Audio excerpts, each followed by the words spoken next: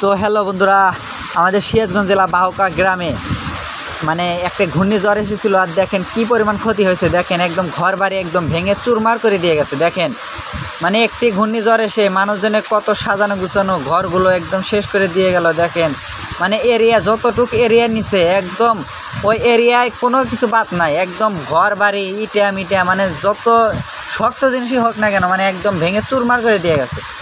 দেখেন মানে এক গ্রাম থেকে অন্য গ্রামে নিয়ে মানে ফালাইছে। মানে এরকম যেন আর যেন কোনো জায়গা না হয়, এরকম এটাই আল্লাহর কাছে বলি। তো দেখতে পাচ্ছেন মানে আপনারা দেখুন তাহলে দেখতে পাবেন কতটুকু ক্ষতি হয়েছে। তো সবাই ভিডিওটি বেশি বেশি শেয়ার করে দিন। মানে যে খান দিয়ে গেছে ওর একটা মানে এরিয়া ছিল, আর যতটুকু এরিয়া নিছে ওই দুঃখের মধ্যে মনে করেন যে যদি একটা মানে ইটের কোনো থাকে তারপরও মনে করেন যে ভেঙে একদম নিয়ে গেছে। দেখেন মানে মানুষজনের কত সাজানো গুছানো ঘর বাড়িগুলো একদম শেষ করে দিয়ে গেল। দেখেন আকাশে অনেক মেঘ, মনে হচ্ছে মানে আরও হবে। দেখুন মনে করেন যে আরও হবে।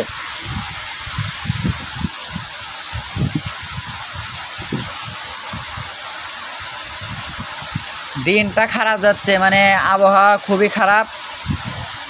আরও হবে কিনা জানি না, কিন্তু আল্লাহর কাছে বলি আর যেন না হয়। দেখেন মানুষজনের কত ক্ষতি হয়েছে। দেখেন মানে এখান দিয়ে ভাগ্য ভালো যে এখান দিয়ে কোনো মানে পোলাবান ছিল না, মানুষজন ছিল না, না হলে তো মানুষজনও মানে চলে যেত। ঠিক আছে, প্রচুর পরিমাণ ক্ষতিগ্রস্ত হয়েছে মানুষজন।